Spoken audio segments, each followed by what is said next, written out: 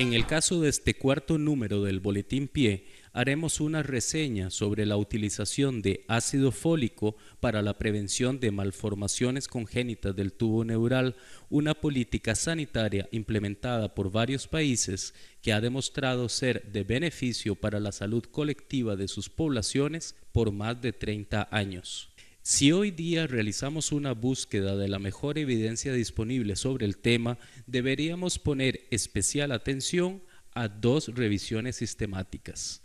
La primera se trata de una revisión Cochrane de alta calidad, titulada en su traducción al español Administración periconcepcional de suplementos con folato o multivitaminas para la prevención de los defectos del tubo neural. Esta investigación establece un fuerte lazo entre la suplementación de ácido fólico periconcepcional y la reducción de los defectos del tubo neural y está disponible en español en la Cochrane Library Plus. La otra la encontramos en idioma inglés. La traducimos para usted como ácido fólico para la reducción de la mortalidad neonatal producida por defectos del tubo neural, con fecha del 2010 y publicada por el International Journal of Epidemiology, que es la única revisión que presenta metaanálisis tanto de fortificación como de suplementación de ácido fólico y su impacto en la reducción de la mortalidad por defectos del tubo neural. Los autores concluyen que la revisión aporta más evidencia sobre la efectividad del ácido fólico en la reducción de la incidencia de los defectos del tubo neural y dicen estimar en forma conservadora que la fortificación con ácido fólico tiene el potencial de prevenir el 46% de la incidencia y mortalidad de los defectos del tubo neural, lo que se traduce en el 13% de las muertes neonatales debidas a malformaciones congénitas. Dado que un considerable número de embarazos no son planeados, la fortificación con ácido fólico puede extender en forma constante la protección que brinda los folatos. Sin embargo, las poblaciones más pobres, rurales, indígenas, que sufren la carga más alta de las carencias alimenticias, probablemente se beneficiarán poco o muy poco de la fortificación de productos industrializados, por su reducida capacidad de compra, como lo señala este estudio, que está incluida en la última revisión sistemática que citamos. Pero, ¿cómo surge todo esto? En 1964, el Dr. Hibbard publica un estudio donde relaciona la deficiencia de folatos con el aborto, la anemia y las malformaciones congénitas.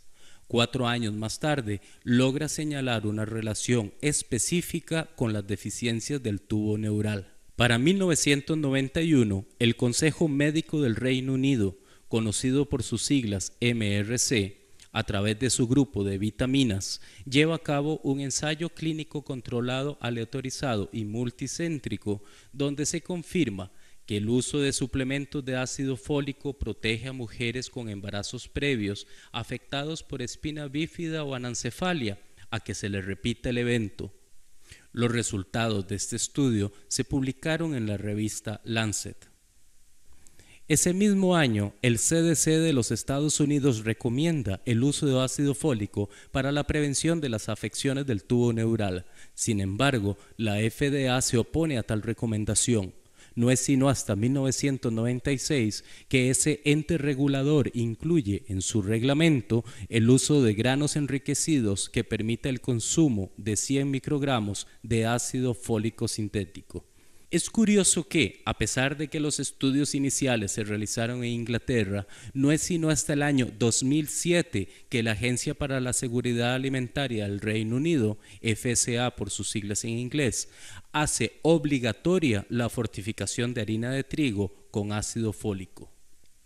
Entre 1998 y el año 2000 se fortificaba la harina de trigo en Estados Unidos, Costa Rica, Canadá y Chile. El número de casos de defectos del tubo neural se redujeron entre un 23 y un 78%. Estos gráficos reflejan los resultados de estudios de antes y después. El color celeste indica la prefortificación y el rojo la postfortificación. Similares resultados en términos de descenso de casos se observan en distintas regiones de ambos países, y estudios similares en Estados Unidos, India y Argentina demuestran una tendencia similar. En el caso de Costa Rica, el Ministerio de Salud, la Caja Costarricense de Seguro Social, el INCIENSA, la OPS y la Agencia de Salud Pública de Canadá realizan un estudio que describe el proceso científico, político y técnico del establecimiento de la política de fortificación de harina de trigo con ácido fólico. En este estudio, de carácter cualitativo, se analizaron las fuentes de información que se utilizaron para la toma de decisiones y se valoró la participación interinstitucional en el proceso.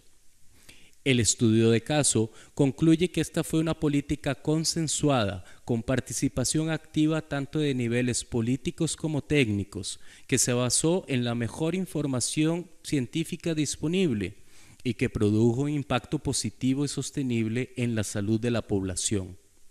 A modo de lecciones aprendidas, se destaca la alianza entre el sector público y el privado, lo que demostró tener un gran potencial en la solución de problemas de salud. Además, señalan que la formulación de una política pública exitosa depende de un trabajo en equipo y que el discurso técnico debe estar sustentado en evidencia científica y comunicación asertiva. Es de significativa importancia que los países logren establecer una vigilancia y medición confiables sobre las estrategias que implementan. Escuchemos cómo Costa Rica logró establecer ese proceso de forma sostenida.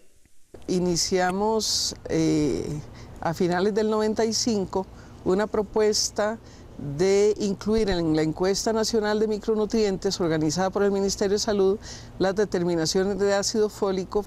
A raíz de esta encuesta se encontró que habían deficiencias en las mujeres en edad fértil en Costa Rica, hasta un 30% de las mujeres con niveles subóptimos de ácido fólico en sangre. Con base en esto, las autoridades de salud entonces deciden implementar una estrategia de fortificación con ácido fólico de algunos alimentos.